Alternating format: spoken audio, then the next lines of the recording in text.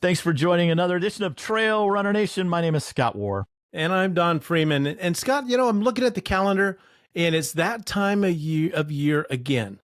Now, if this June sounds familiar to June is here. June. And June means it's race time, and it's Western States is upon us. And we're going to do prognostication, which is we invite Andy Dune Wilkins on, and we talk about how the race is going to turn out. And it's one of my favorite episodes of the year. I'm going to have to go back and look. I don't know how long we've been doing this. This is an annual episode. It's probably the longest running regular scheduled episode that we've done. We've probably been doing it for 10 years or more. I think it actually started about 4 years before 1973, before the first Western States running. And it was the idea that people heard it and said, we should make that race. And he said, there's one guy that's going to be running this horse race, and his name's Gordy Ainsley, and I'm putting my money on him to win the foot race. So AJW comes with a guest today. We asked him to bring somebody to help do point counterpoint to discuss the results of the race this year, although we don't know them yet because it's prognostication. But he's invited someone that he said was very talented and qualified. AJW? Hey guys, it's so great to be back on for our 140th prognostication episode. I mean, every year it just keeps getting better and better, and of course it keeps getting more and more difficult to actually pretty much dial it in. But I got such a huge chuckle, and listeners, you're going to appreciate this.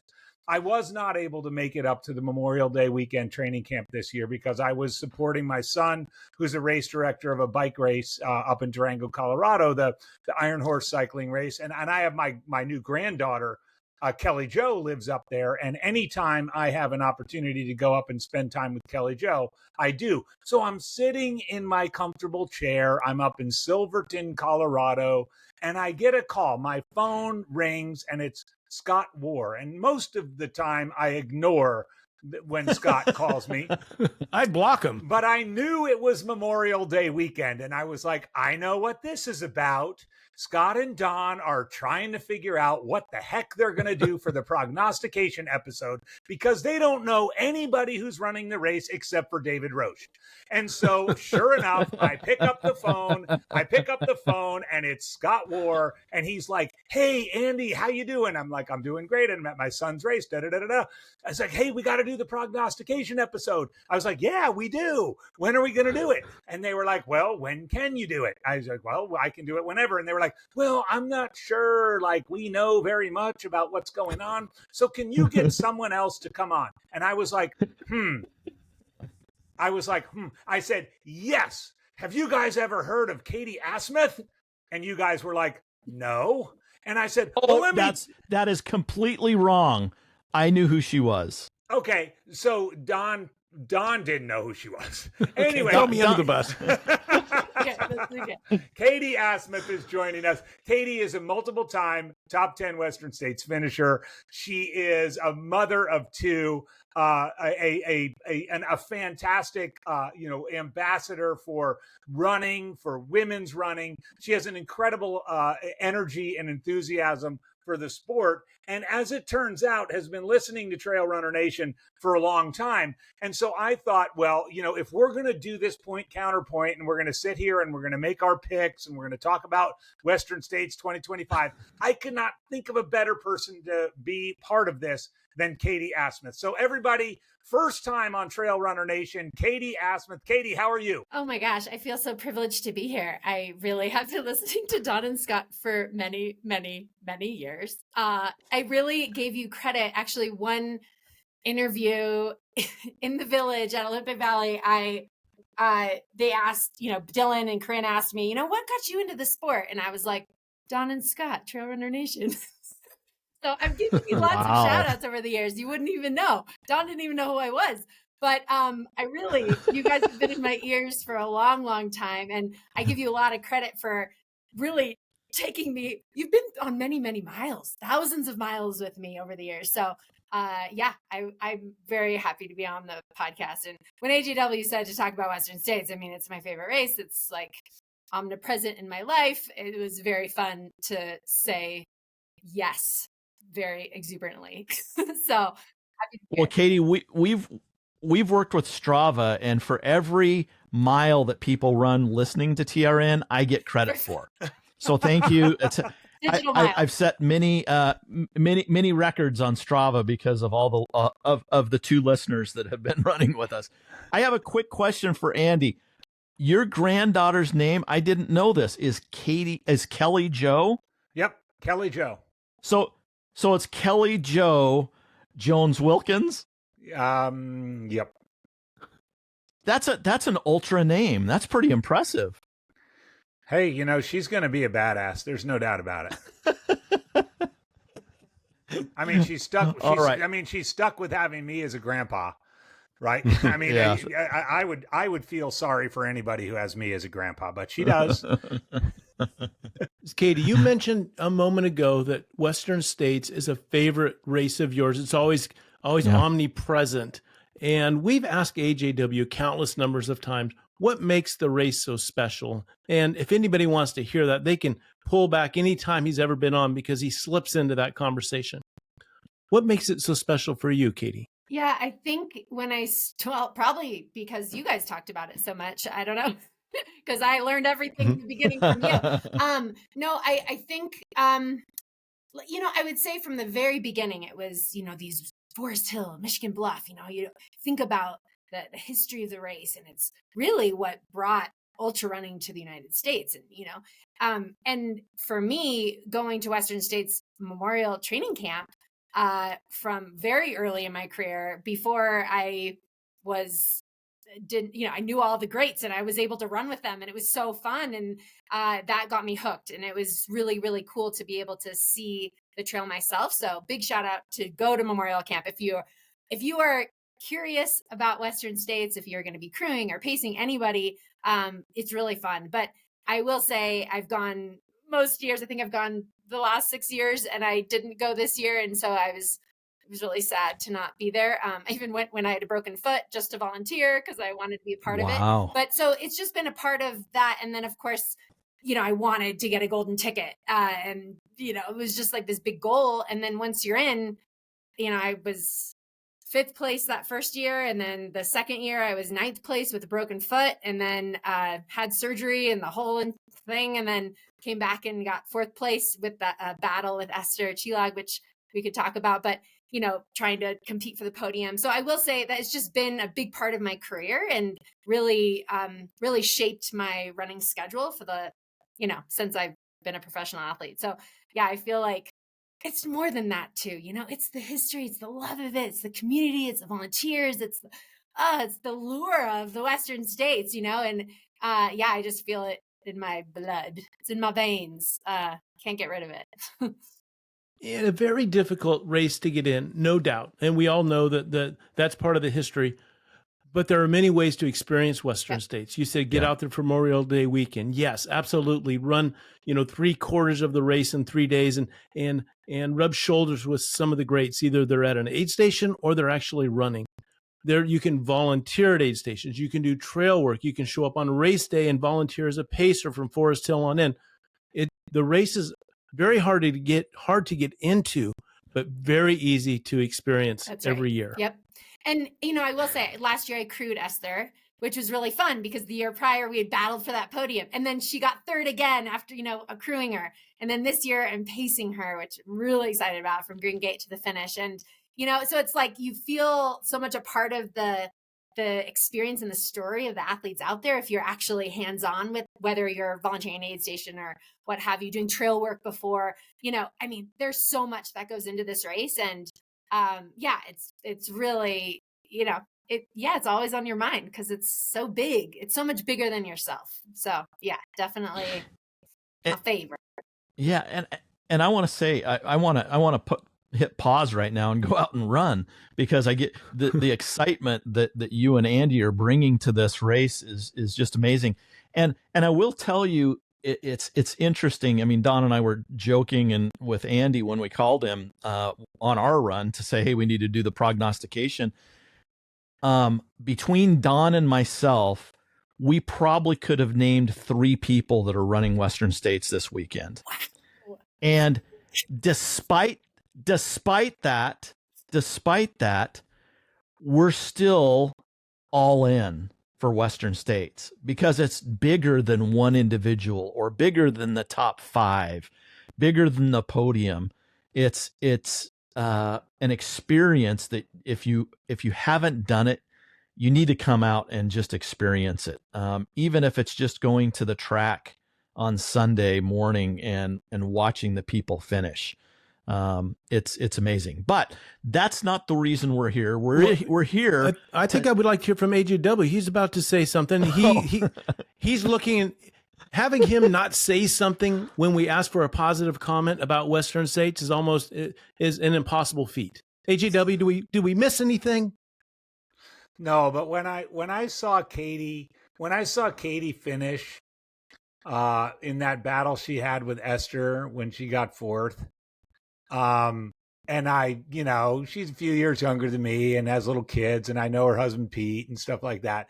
I was sitting in the bleachers, and and I had been up for the whole time and doing stuff. I was like, man, she reminds me of me. And so when, and I mean that in all, like, she probably doesn't appreciate me saying that, but like, and when I say that, like the absolute sort of almost uncontrollable like passion and enthusiasm that some of us have for Western States, many people don't understand, right? But and so we throw around phrases like "gets in your blood," right? But it really does get in your blood, right? Like for the past, I stopped running the race in 2014, and I've come back every single year and paid my own way to get there, and I volunteer and I do whatever, because I just could not imagine like a year where I don't go to Western States. And when I saw Katie finish that year, and I was in the bleachers and you could just see her, and I mean, I was like, wow, this is a real thing. It's a real thing that happens to people, and it's important. And so, it ends up being not just something you do, but a big part of who you are. And so I guess, Don, to answer your question, that's what I want to say, because it's not often that an event, I mean, it's just a race. Like everyone says, it's just a race, right? But every so often there's something that comes into your life that is more than whatever it is. For some people, they go to the Kentucky Derby every year. For some people, they, go to some big theater presentation every year. For some reason, they go to graduation of some amazing college. They want to do that because that gives them, or they go to some service of some kind, But for Katie and I don't think I'm taking words out of Katie's mouth. Like this is bigger than either of our lives. And I think that is what makes it so cool. And frankly, for you guys, you're going to say, oh, we only know 3 people in the race, but you're going to get up early in the morning. You're going to drag your butts all the way down to El Dorado Canyon, which is one of the hardest to get to aid stations. You're going to volunteer there for 12 hours, at least 12 hours. It'll probably feel like 12 years. And then you'll probably end up showing up at the finish line and watching the golden. So, I mean, let's call it what it is. It's something more than a race. There's a lot of races that go on in the hills that Western States is on, but there's nothing like Western States. Yeah. It's electric, and you can feel it. You can feel it at the grocery store in Auburn. You can feel it. It's you go up to Forest Hill, and it's a party. It's just awesome. Scott, well, let's kick this thing off before the race is over. We're a quarter way through the podcast, and we haven't even done one prognostication. We're going to report the finish, not prognostication. Let's get it before it starts. So in all truthfulness, Don and I don't, and we have consciously not done a whole lot of research on this, because we want to be the audience that doesn't know Western States, and we want to ask questions. Now, there's a few things that I've seen in the media, Instagram, whatever. One of the things I read was for the men's race. Usually, the last few years, it's been a women's race. I mean, very, very high, talented, fast women. But I heard somewhere that this may be the fastest men's race in many years. Is that true? Is that what you will tell us today, Andy and Katie? I mean, I'm assuming you know some of the drops that have been announced. Well, let's talk about that. Obviously, Jim Walmsley has dropped. Hayden Hawks was planning and training and racing the best he's ever in his career, and he had a golden ticket, I believe, and was planning on coming, and he got injured. So I know Hayden and Jim are not coming or are not racing. Well, he was third last year, so he didn't need a golden ticket. But And Oh, then John Rea also is out because of a sacral stress fracture. So he was top 10 last year, so he was coming back. So that put a little bit of a damper on those like headliner, having Jim and Hayden out especially was like a big hit, I think, to the men's race. But man, you look at the men that are lining up, it's really exciting and honestly opens up the fields a lot more, because I think with the women as well, we don't have a Katie, we don't have a Courtney, Katie Scheid, not myself, for the record. And because they're not there, it really does open up the race. We're going to name a new champion. So, I think on the men's race, we have, Killian, of course, coming. And he was a champion in 2011, which, wow, what a goat that he's coming back. And we have Adam Peterman, of course, toeing the line, who has been a previous champion. But it could either of them. But I will say that we're coming in with a lot of fresh excitement that potentially we will have a new champion on the men's side too. So, Scott, what I would say is, I think with the Hayden and Jim and John drops, we kind of have gone from unquestionably the most intense competitive Western States on the men's side ever to one of the most. Yeah. Right. So I think it fits. And it reminds me of the year Jim didn't come and Peterman won for his first time. Right. So it's the nice thing. And I love Jim Walmsley and I wish he was in the race. But the nice thing about when Jim doesn't come is it immediately blasts it. It immediately blasts it wide open. Right. And so, like, not to jump in real quick, but like Rod Farvard, my gosh, I mean, he ran stride for stride with Jim. He took the lead for a little while last year. Like, unless you're under a rock, you've got to assume that, like, the best news Rod has heard all month is that those two guys are not running great, right? Because he knows how to run a 14:20-ish in this, on a cool day, but he knows how to run a 14:20-ish. He knows the course. He's got his crew and pacers dialed in. Like, I always bet on the guy who got second place the previous year when the first place guy doesn't show up. So, like, my money, if I had money, would be on Rod. Now, it's a little bit weird. Right? Because you've got Killian and you've got Adam Peterman, two people who've won the race before, and then you've got some guys who have just sort of like last year's, the other top teners from last year, Daniel Jones and I'm sorry, Caleb Olson and Jisheng Shang and Chris Myers. So I'm always going to look at the previous years. Katie knows this, of the previous year's top teners, and well, they've proven it once. It's like innocent until proven guilty. And most of those guys, going all the way back to like the Timothy Olson days, you'd get sixth, and then the next year you'd win, or So, I mean, I think just right there is sort of a core of five guys, and then you throw in David Roche, coming kind of out of nowhere to take Carpenter's record down, and then backing it up with the run he had at Javelina. I mean, just those 7, 8 guys right there makes it a really, really fun, dynamic, competitive race, even without Jim and Hayden. Can I can't prognosticate, but I want to go back to Killian coming back.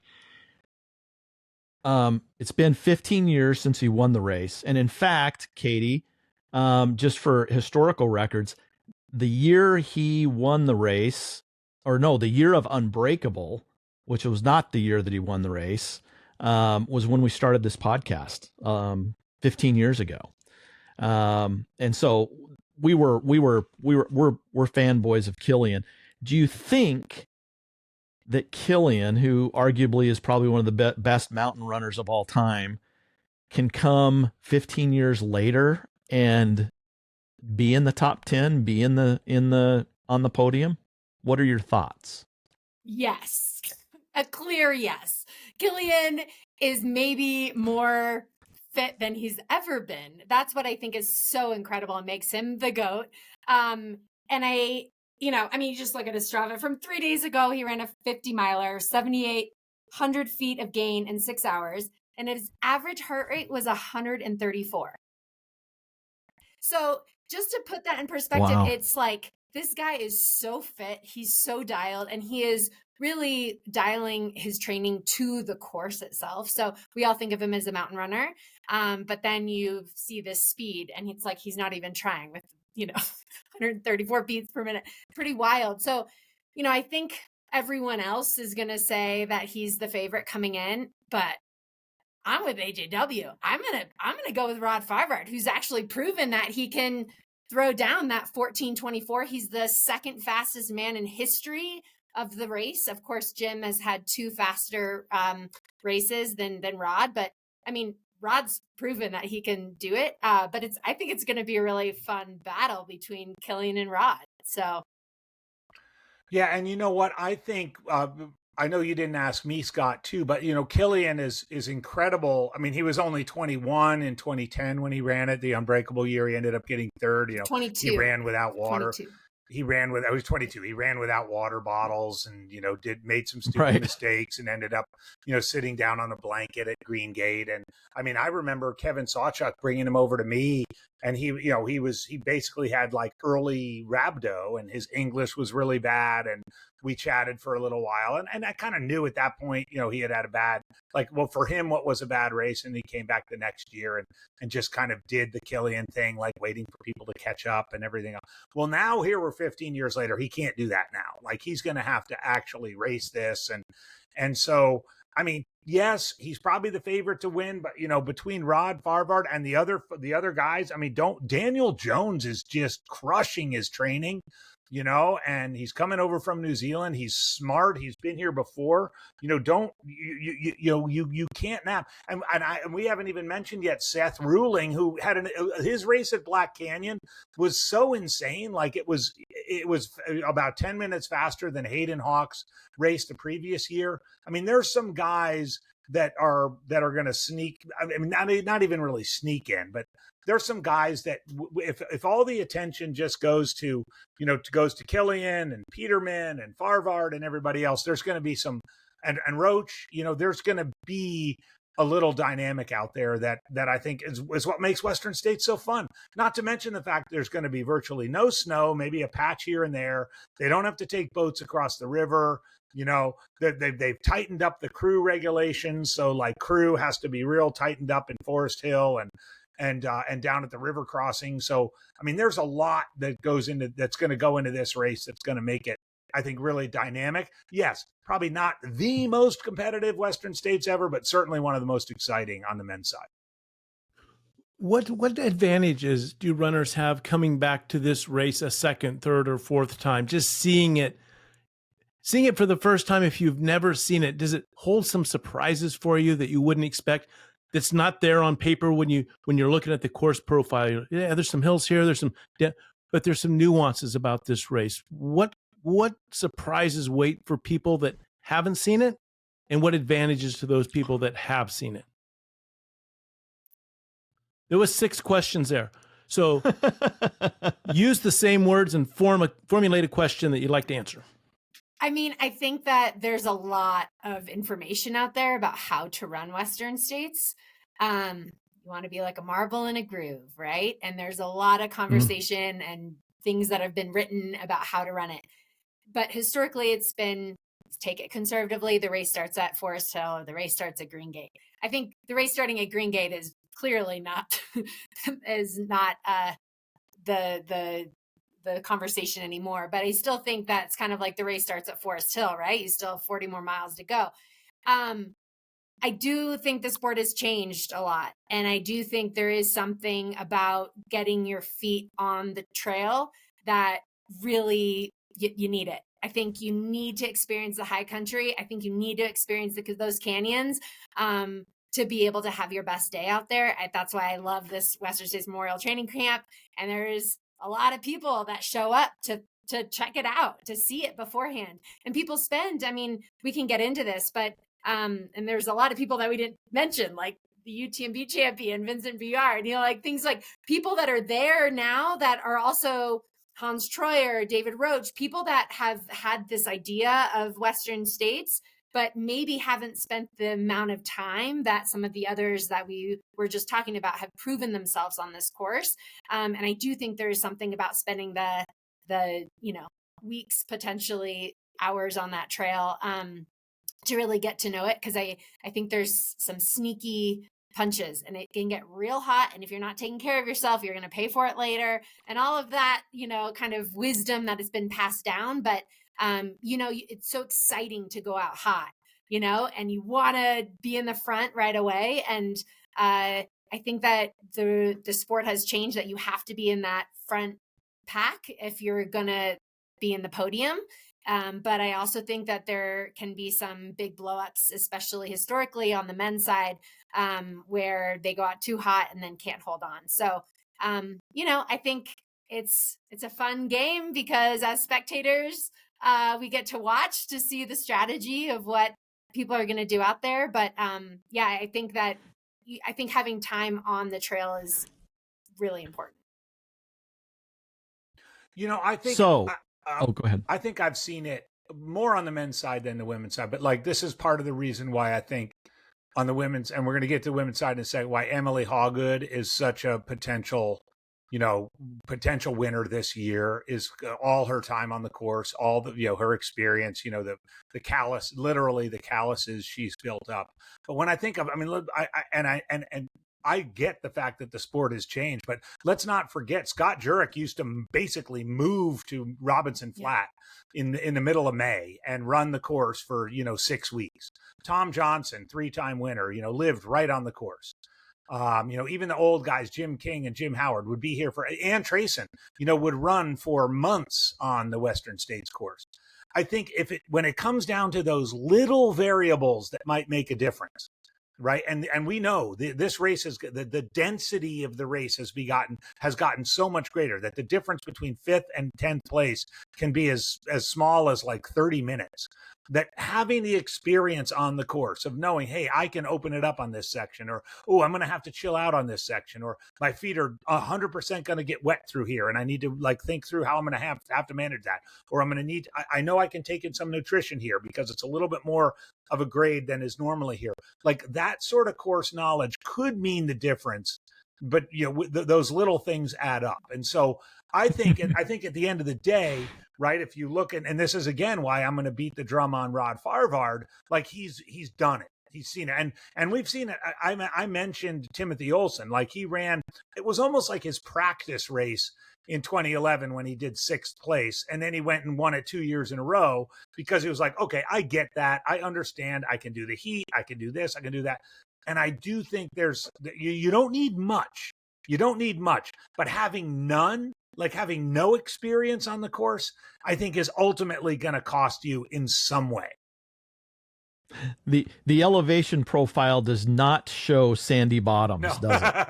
Or even 6-minute hill. And if you've ever run sandy bottoms, you know that part of the course sucks.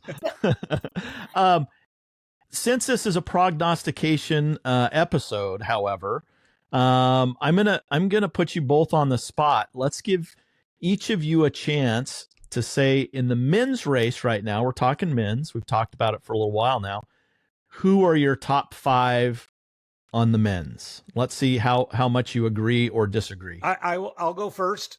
I have Rod Farvard for the win.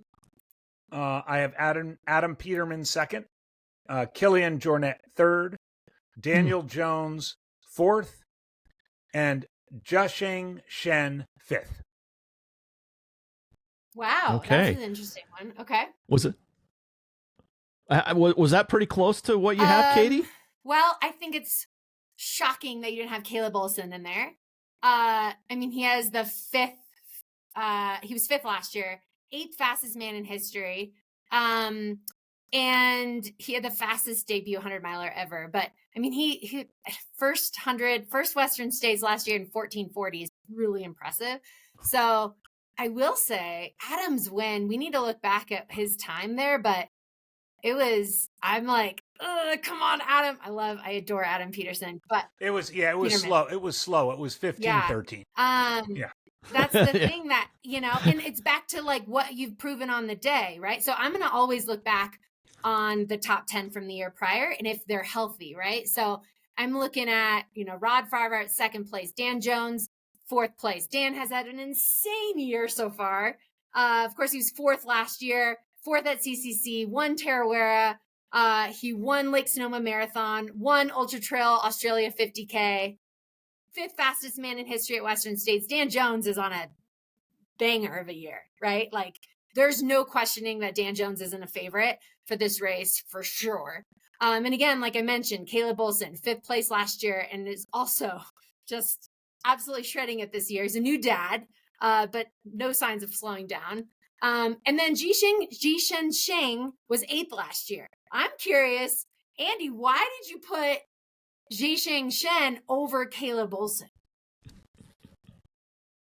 Because I think he's got the experience. He's like gonna have that Timmy Olsen effect, okay, where he's seen the course, he understands it, he gets American racing now, and he's going to be a lot more aggressive, particularly from the start to Michigan Block.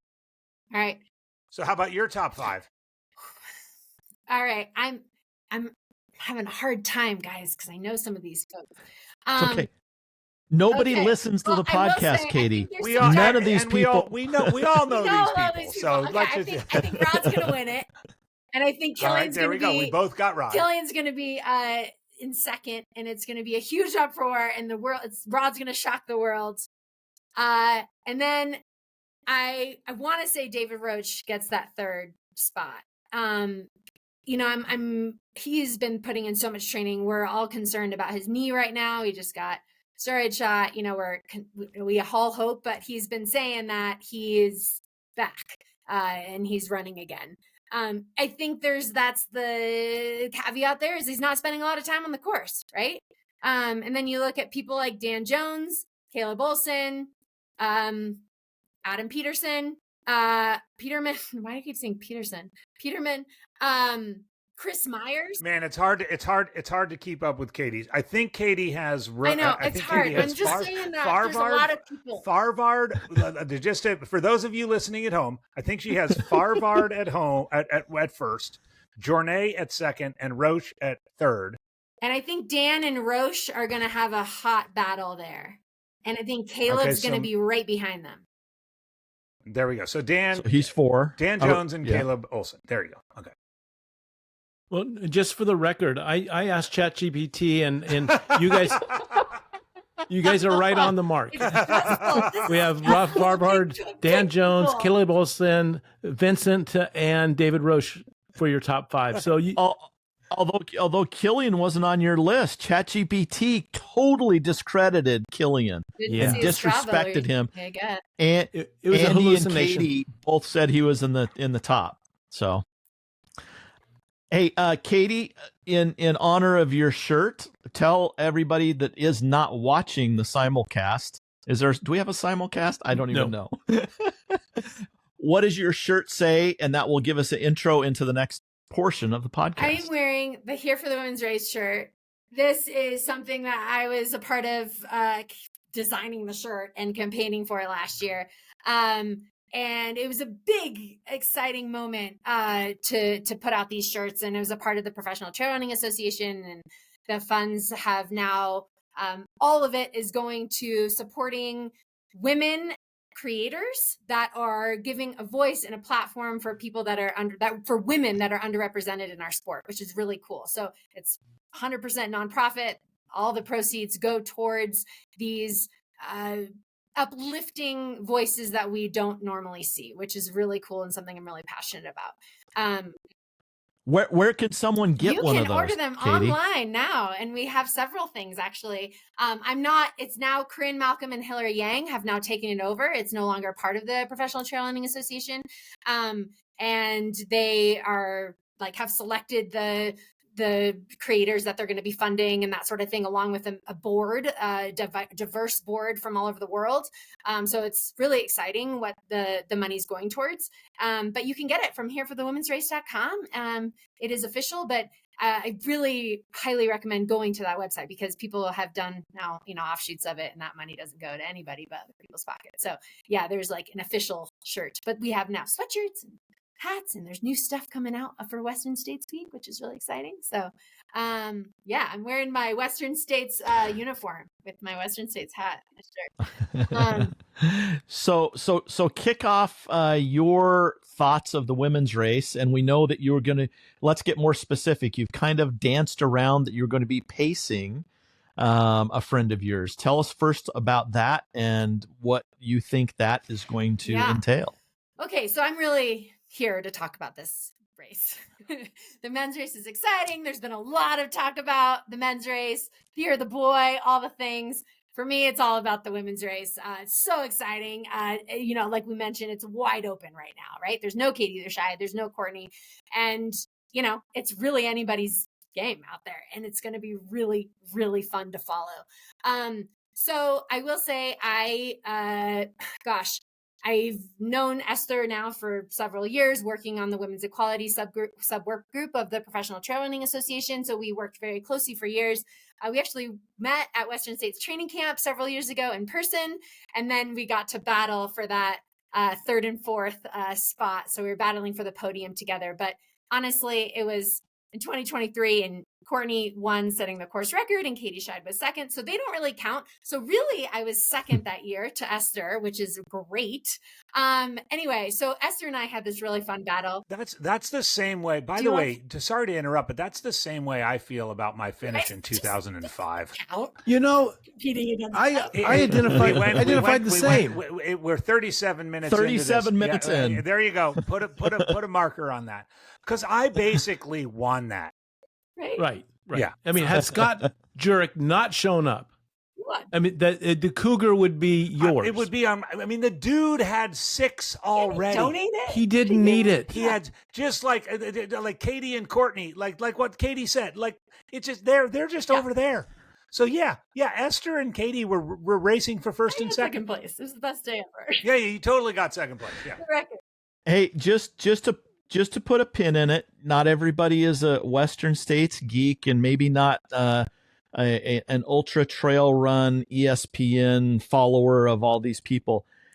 Esther's name, I don't know how to pronounce it. Let's give her her full name. Esther Chilog. She's Hungarian, living in Hong Kong. She's a mom of 2 perfect girls, and she is a total badass. She's an art historian. She's incredible. And we've been working together for a long time, like I mentioned, on the PTRA. So she is, for me, the favorite. So if we talk about the last 2 years, Esther has gotten the 3rd place the last 2 years. She's coming back so hungry. She told me last year when I crewed her for that 3rd place finish, like this was going to be her last year. Like this is it. And then she ended up getting 3rd to 2nd place, Fuzhou, which we need to talk about. And then Katie Scheid won. So she is really hungry for that Cougar coming back for her 3rd Western States. And I will be pacing her from Green Gate to the finish, which will be really, really fun. Yeah.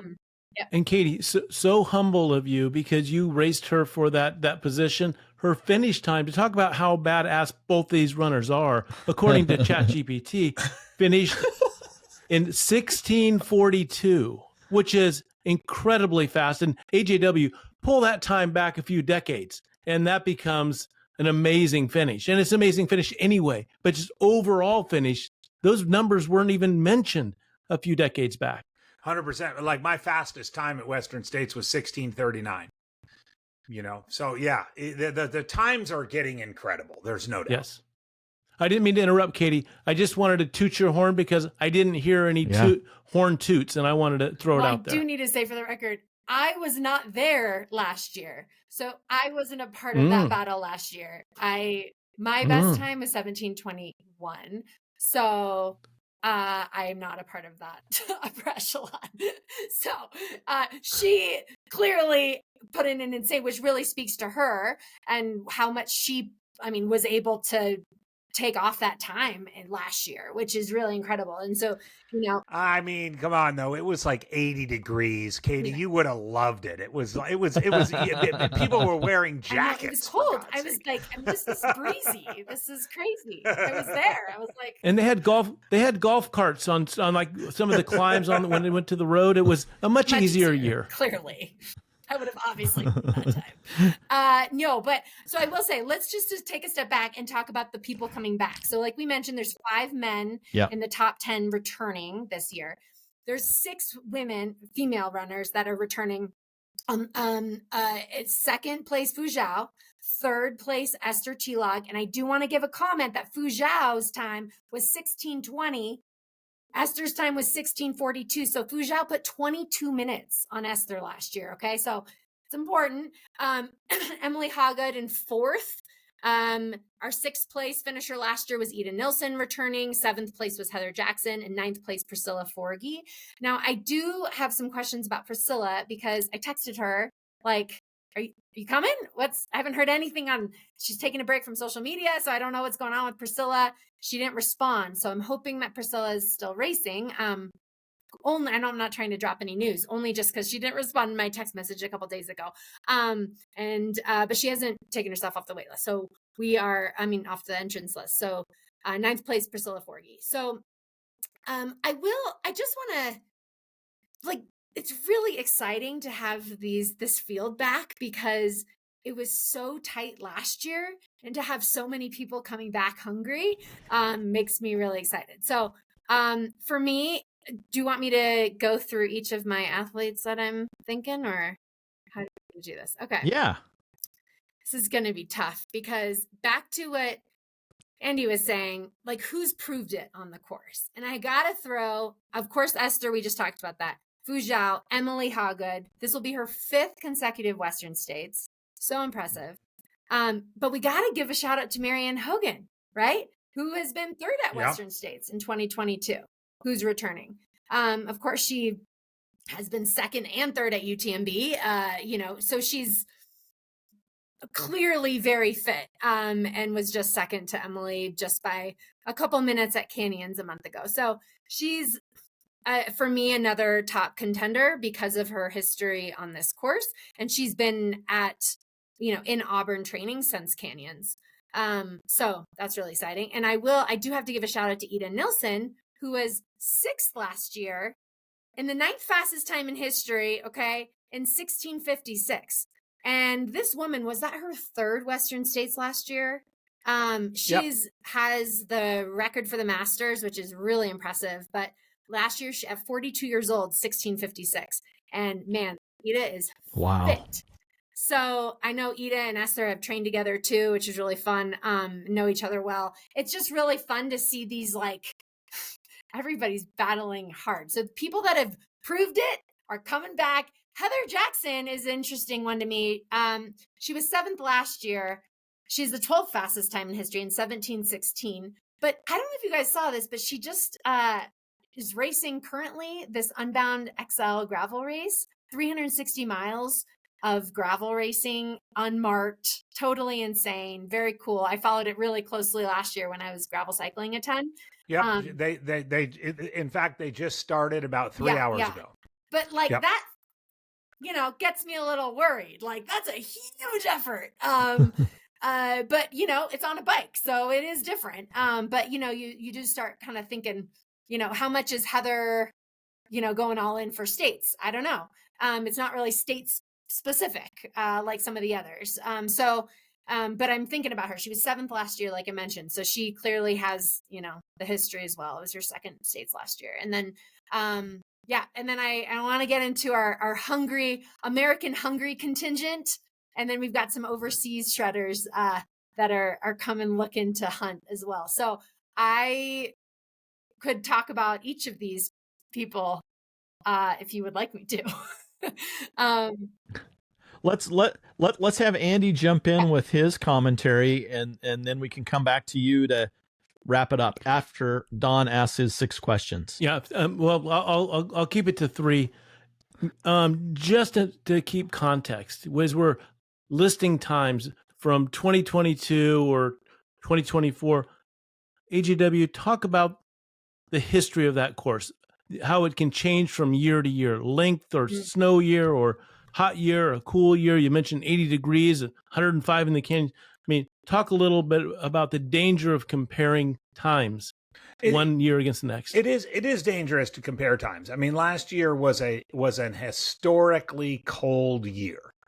You know, just to put it in perspective, it was actually cooler in Auburn on Western States race day than it was in Silverton on Hard Rock race day. Like, that's how cool it was. So a lot of those, and if you look back at, Ellie Greenwood's former course record, which was set in 2012 at Western States, and Timothy Olson's that was set back then, like, it was a historically cool day. I think the high in Auburn that day was 78 degrees. So you do have to put those things in perspective. But the other thing, and Katie would probably agree with this too, is that athletes have really adapted to, the cooling strategies that are necessary. And so it's almost a wash. I mean, unless it's like 115 down at El Dorado Bridge where you guys are, it's not, there's not going to be a lot of wear and tear. There's going to be more carnage. There's going to be more people dropping out in the hot year, but there's not going to be that much of a deterioration in like overall finishing times. But I mean, I think what I'd like to see this year is a little bit more of a, an equilibrium, like a typical sort of 90-degree day in Auburn where it's maybe 100 in the canyons, because that does tend to like separate the wheat from the chaff. And I think last year, because it was so cool, so many people were able to just breeze through, that it's hard to compare those times last year to how they could potentially do this year. And Katie, I want to hear what Katie has to say on that. I just want to say, I think ChatGPT has an error there. I don't think it really understands the heat portion. I think it looked at numbers and kind of did some math and then put the list out. I don't think it has the nuance of the trail. Thanks, Don. That's good. Well, I'm glad you got that on. I wanted to say something. ChatGPT has not run Western States yet. Not yet. No, it hasn't. I think, to Andy's point, everybody's heat training. Everybody's fueling. Everybody knows their electrolyte balance perfectly, right? Everybody knows how to cool themselves, like you mentioned. Like, there's that strategy of the veteran is changing because that knowledge has been passed down now and people are training and dialed. So I do think that the times from last year are important because it does set a standard. I do know, for instance, and I think I can say this, well, I won't say names, but I know of several women that are gunning for Courtney's record, right? And they're not. I mean, it's going to be tougher on a hotter year, right? But Courtney's year it was hot. It was still hot, right? Like it wasn't last year where it was cold. So I think that, you put this in perspective of like, I think everybody's going to be able to figure it out and stay cool out there. And everybody's crew is super dialed and experienced too. And yeah. And I do want to talk about, I do think back to who's had experience on the course. And there's been a lot of people that have come over. People know this now, Fu Zhao came over with Hao Ha Tai, our Vietnamese runner who was 4th at CCC and got her ticket there. And they both came over together, which is really cool. A Chinese athlete or Vietnamese athlete, but they come over early, right? I know, Fiona Pascal's already there, right? Rosanna is about to arrive, right? Like everybody's coming early. Lin Chen's been here. She just raced Canyon's 100-miler. People are staying, they're sticking around. And that's exciting to me because, people understand how important this race is and how perfectly, you need to execute it to perform well on your day. So yeah, and just having the experience on the course. But so all right, AJ, let's hear your top, because I do want to talk about some of the new names that are heading to Western States for the first time, because there's a lot of them. And I'm very curious about where you're going to place our female contingent. Yeah. Well, I'll just jump right in. I think Esther's going to win. You know, I sat with Esther at the end of the race last year, and talked to her a little bit about the wisdom that she's gained, you know, doing it a couple of times, and her mindset is I mean, at the risk of being stereotypical, being an Eastern European, she has a very she's very organized. She understands what she needs to do, and she's able to block out the noise. And that's just me. Now she's older. She's older than a lot of these young guns that are coming here, but Esther's my pick to win. I do think it's going to probably be another year for Emily Hawgood to get, you know, somewhere between second and fifth. You know, like, she knows the course really well. She knows how to run it. She's smart. She's efficient. She's, you know, I think if you were like a betting person, and someone were to be like, okay, you're going to have you can pick one person who's guaranteed to be in the top 5 women's race of Western States, I would go with Emily Hawgood, like, in a second. Like, maybe she'll be second, maybe she'll be fourth, you know, but she's going to be there. I share your concern with Heather. Heather has decided to continue this, like, dual gravel and running thing, and I give her that credit. But I would say only those two from last year's top 10, the returning 6. I'm thinking only those two, Esther and Emily. Fuzhou, I mean, I'm being controversial here. I'm not sure she's going to be able to be there when the cavalry comes with these newcomers. Riley Brady. Riley has had an insane last year. Tara Dower. I mean, you're just not going to be able to. They're not going to sit around. Like, Riley and Tara are not going to sit around. So maybe there's a spot for, like, 5th place for one of those. But I would say Esther and Emily from, like, the veterans, and Tara and Riley from the newcomers. And there's more newcomers that I know you're going to talk about. But, like, right there, I would take it. And then you've got, like, somebody with a lot of pedigree, but not necessarily at Western States, like Abby Hall, you know, or Keely Henninger, or Erin Clark, or Shea Aquilano, or Marianne Hogan. I mean, like you said earlier, like, Marianne is, like, she's a badass, right? I mean, you don't want to sleep on her. So I just think it's going to be one of those years. I mean, I do think if you were to, like, categorize the previous top teners and the newcomers and the people who are going to feel like they have a lot to prove versus the people who just are, like, coming back for another Western States, there's just not a room. There's not a lot of room up there. Yeah. I mean, that's why it's all so exciting. I echo all of that. Yeah. So, I mean, did you say 5? Did you say 5, Andy? No, I heard you say 4. No, I said 4, and that was by design, because I want Katie to. Okay. I want Katie to help me. So I mean, I have 2 in each category, right? 2 previous top teners, Esther and Emily, and 2 of these. They're not even newcomers, but they're newcomers to Western States. Riley's not, but, like, they're in the way they are, like, running right now. Riley and Tara, right? So I've got those 4.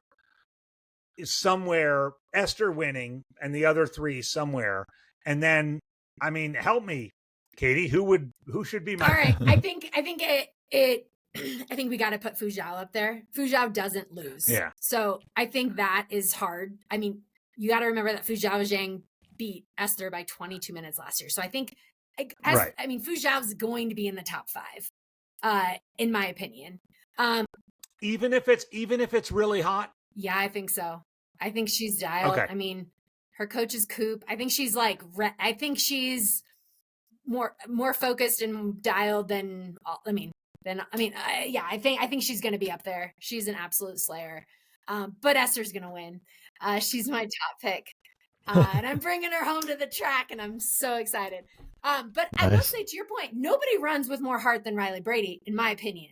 So Riley Brady is so hungry and so fit that, I mean, I don't want Riley behind Esther. Like, that's scary, you know? So I will say, I think Riley, I think Tara, I will say Abby Hall just had a 140-mile week. 140 miles, almost 21,000 feet of gain and 22 hours of running. Okay. Abby Hall is like all eyes on States, is taking this super seriously, like was handed this ticket from MK Sullivan with like the greatest feel-good story of 2025 for sure, after a pregnancy leave, and Abby Hall getting the golden ticket, which was very cool. If you don't know the story, but you know, I think Abby Hall's ready and hungry. Hannah Allgood, we can't look past Hannah as well. She just won Canyon's 50K, super fast, right? And Hannah, you know, I think historically, I think that the thing with Hannah that concerns me is that I saw her at the end of Javelina last year, where she got her golden ticket to Riley Brady, and Hannah was cooked, right? Very hot day, you know, historically hot day for Javelina. So my concern with Hannah is how is she going to handle the heat? And, but Hannah, knowing Hannah, is going to account for that and figure that out. And I think she's going to have the crew around her to get her to that finish line really fast. I think somebody we haven't mentioned is Caitlin Fielder, who just gave Ruth Croft a run for her money at Tarawera and is clearly fit. Just won Ultra Trail Australia 50K. She won Lake Templier last year, 5th at OCC. I mean, Caitlin Fielder is a great, right? Like, Caitlin Fielder never has bad days. You're not helping me pick my fifth. I mean, I think, although I would say, I mean, because I know Abby really well. She's right up here in Flagstaff. Like, I want Abby. I mean, you mentioned Coop with Fujao. Like, I want Abby to have like this race. Right. And so I'm going to go. So there you go. There you go, guys. Before Abby, Katie jumps in, I'm going to go. Abby's going to be my fifth. So again, to summarize, Esther's winning. Let's go. Riley second, Tara third, Emily Hallgood fourth, and Abby Hall fifth. There. And to your point, I'm here for the women's race. I think back a couple decades ago, and it wasn't like that. No. It was like you speak to that, AJW, because you were, 2005, you would have won that race had it not been for Mr. Jurek. But talk about how the transition, and we're here for the women's race, has become a thing.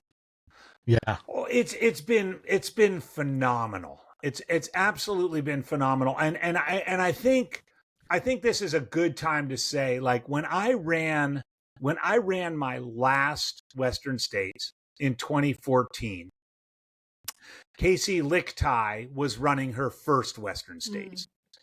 And we came across one, and we ran together through the high country, and you know, I kind of pulled ahead of her a little bit, and then she pulled ahead of me, and then I ended up seeing her again through Volcano Canyon, and she was sort of limping, and she ended up having a really, you know, a decent, good, you know, top 10 finish there, and then of course came back the next year in 2015 and won the race, and then went on to finish the race 10 times.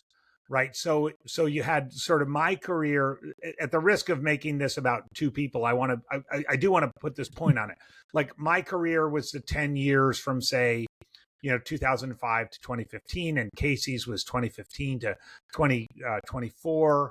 And it was amazing to see the way in which, as people were growing and aging, and the sport was evolving, the race continued to be the race that it was and is. And I remember sitting and talking to Casey after she got her 10-year buckle. So, like, she got her 10-year buckle exactly 10 years after I got my 10-year buckle. And it was like, man, what a thing we've been through over these 20 years.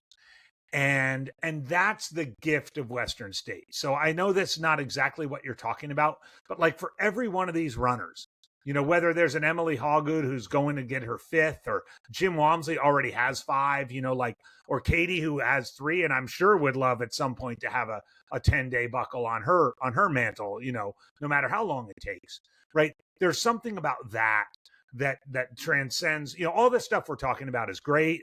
And there's a lot of competition, and it's fun and it's exciting, and it's, it's kind of on the edge and on the rivet, but it's also just, it's this event that, as we said earlier.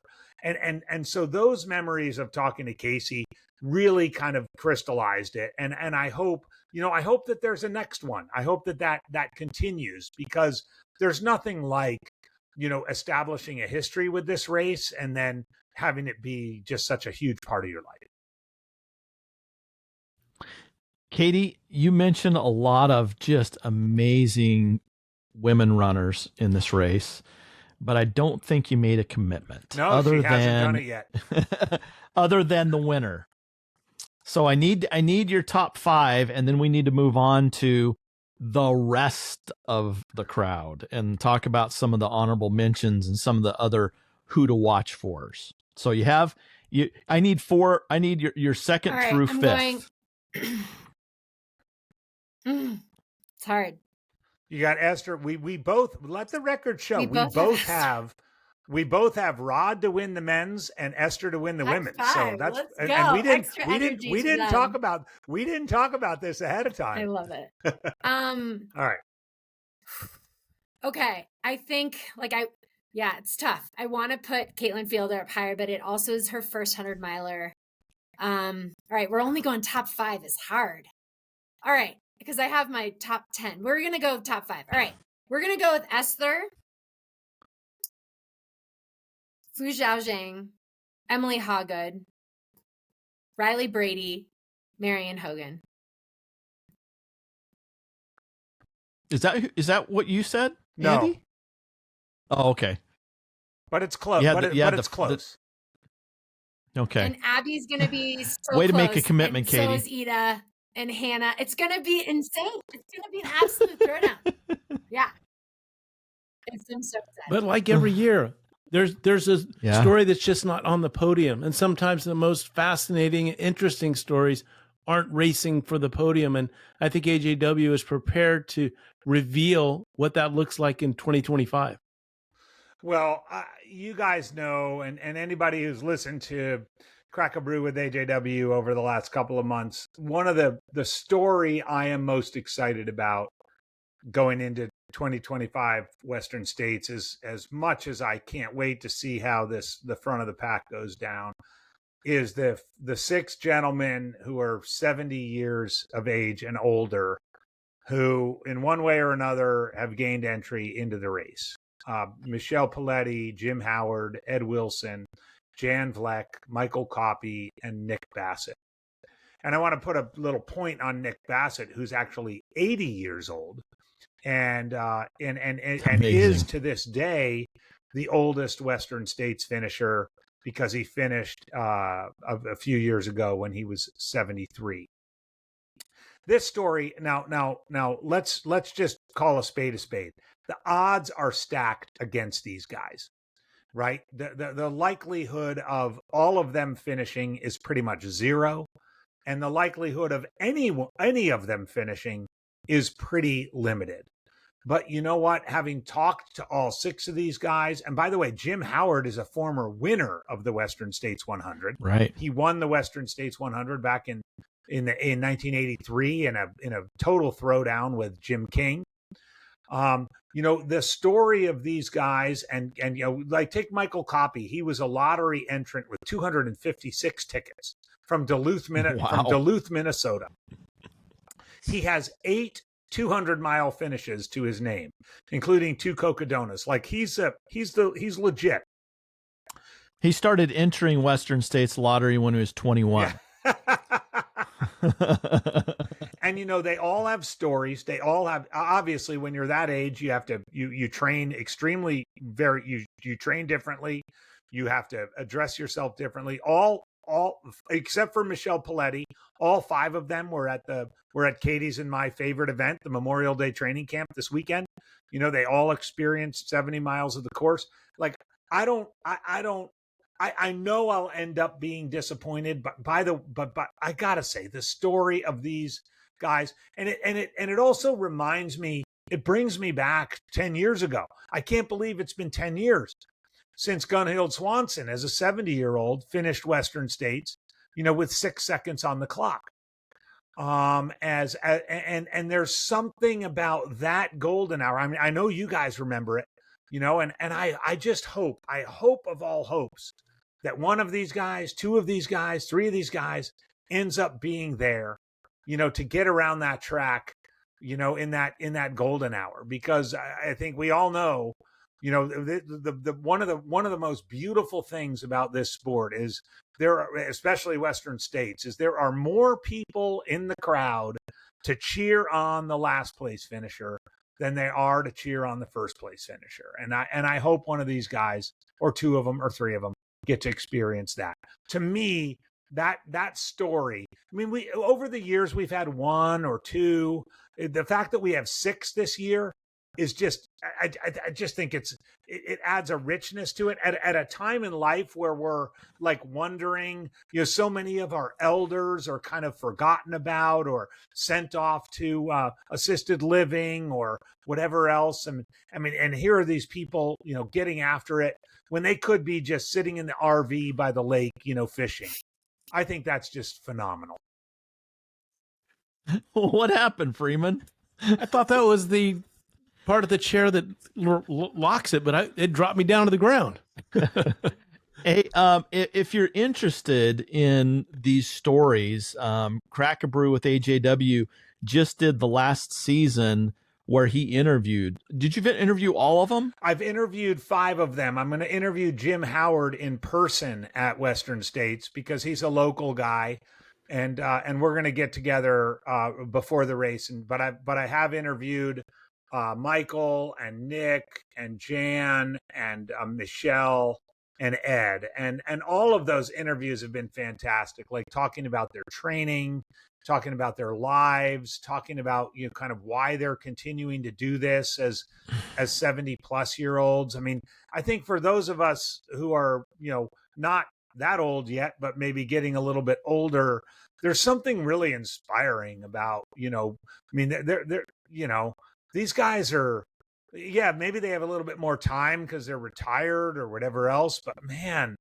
you know, to think about trying to run from Olympic Valley to Auburn, I just have huge respect for them, and I can't wait to see how it goes. And by the way, even if they end up not making it, even if they miss the cut at Robinson or Michigan or Forest Hill, or they deserve to be celebrated. Katie. You know, and we've talked about it on the podcast a number of times, and we have a series called The Aging Athlete that we did the first episode with. And I think Don and I talk about this a lot on the trail now. We read Dr. Peter Attia's book, and the idea of doing today what needs to be done for your health and your fitness so that your last decade of life is healthy and livable, right? Not sitting in a old folks home bed. So these guys are absolutely inspirations and should be raised on a pedestal, if not the podium. So and to give it a little context to it, you know, the decade between 30 and 40, you know, maybe the number of candles on the cake changes, but it's like dog years from 70 to 80. I mean, things really accelerate. Where my knee was feeling okay last year, and this year it's not. And so hats off to the new challenge of aging as it accelerates towards the end. What about the women's side? Do we have some septuagenarians on the women's side? I knew you were going to ask that. The oldest we have is a woman who is 65. She's from Boyertown, Pennsylvania. She got in on a sponsor spot. Her name is Diane Grimm. Has never finished Western States before. There's also a 63-year-old from Auburn, California. She's been a long time race aid station volunteer, Ann Johnson.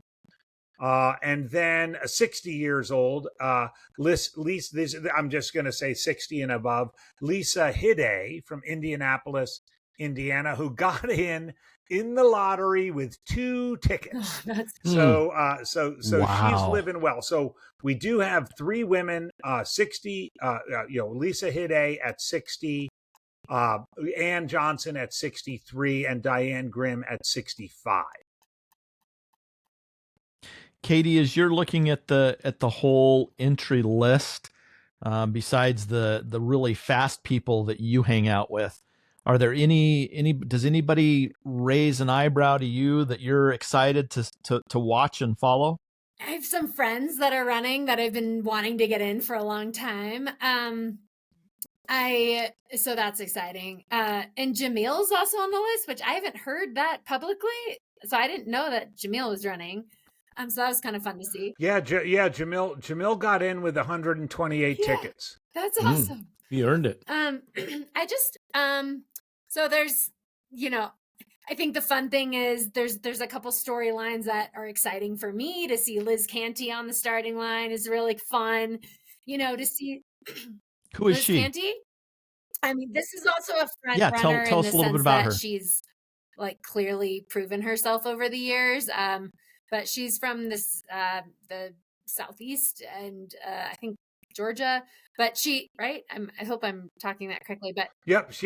But she's it's just fun to see people that have like proven themselves, but maybe not like at the kind of upper echelon, and to be running Western States. I mean, I think I guess I have some friends running that I won't be at the front, but so another fun storyline that there's a couple like Fiona Pascal who will be at the front, but her sister Beth Pascal was the Western States champion and will be crewing her, which is very fun. So it's sort of like there's these full circle moments. It's really fun that Harry Subertas and Dan Green, String Bean, these 200 milers or 250 plus mile specialists. I don't know if you want to call that for Dan Green or really String Bean at this point, but we've got some fast legs on them as well. But kind of fun. There's like a race within a race there where these guys have really thrown down at that longer distance, and to see them kind of competing at this fast, quote unquote, 100 miler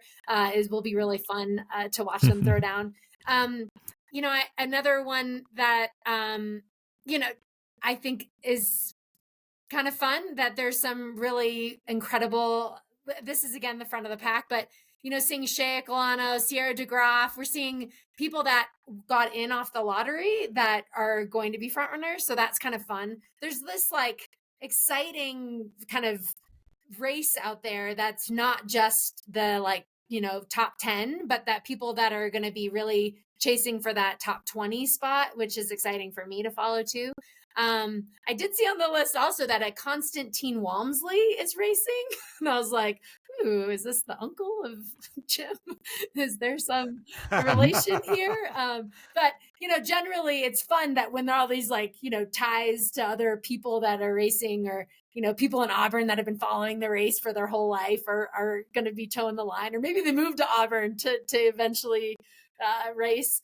So it's just so fun for me to see that. I love hearing all about these runners you were just talking about, Andy, and just the respect through and through of these runners from the front of the pack to the back. It's just such a hard sport, and to be able to get to that, to toe the line healthy, is such a huge win already. So really excited to watch. We're recording this on the 30th of May, and one of our friends, Bod Crowley, sent us a text that Killian is actually looking for a pacer. Yeah. And he put that out on social media that he's looking for a pacer, which I think is really cool. And you see stuff like that all over the place. I'm trying to think. Hey, Don, I think if you just do a couple speed workouts, you could be a candidate. That's all. I need a new pair of carbon fiber insoles, and I think I'll be fine. Is there a faster part of the, do I have to do it all in one stretch, or can I just do a couple? I think maybe you could just run from like the school to the turn onto Cal Street, and that'd be. I've seen him run that. I cannot run that. You probably fast. can't do that. Yeah. You know, and one of the things that it just reminded me when I saw that thing that Killian was looking for a pacer, I think it was 2 years ago. I happened to see Dean Karnassus walking around the infield of the track, and I went over and said hi to him. He's been on the podcast before, and he was in his running clothes. I went, "Did you race?" And he goes, "No." He said, I actually paced somebody yesterday. The day before the race, somebody was looking for a pacer, and he volunteered to pace the guy. I mean, that's just one of the cool things about our community, that everybody is there to help out, and doesn't matter. There's no ego. It's just a great community to be part of. Yeah, I just to add to that there's people waiting at aid stations, like at Forest Hill, like, let's go. Yeah. I've been waiting for this my whole life to pace you, so it really is a privilege to be able to get to pace someone and to be a part of their day, no matter where they are in the race. So very cool. Guilty. I've been at the river crossing, and there's a volunteer, but I wore running clothes underneath just in case I was ready to drop what I had on and jump in. Anyway, another fun, exciting few weeks before Western States. The electricity is starting to form above Auburn and above Tahoe. We're looking forward to just another bang-up community event. And we appreciate, Katie, you coming on for the first time and joining us. Boy, you may actually replace Andy. We may not invite you back for next year's prognostication. See, this is good. If you do your job right, you just find your replacement, and then you just walk into this is what I've learned in retirement, So I don't think I could ever replace you, AJW. Well, we hope to see a lot of you out there. If you're out there and you see somebody that needs help, they need a pacer, they need a crew, they need a hat, they need a headlamp, lend a helping hand. And then let's all celebrate at the track on Sunday afternoon and just enjoy each other's company and be really lucky, feel really lucky that we all can enjoy getting out there in the mountains and enjoy this at whatever speed. This is a great sport. The most important thing to do is grab your shoes, lace them up, and run. Mas.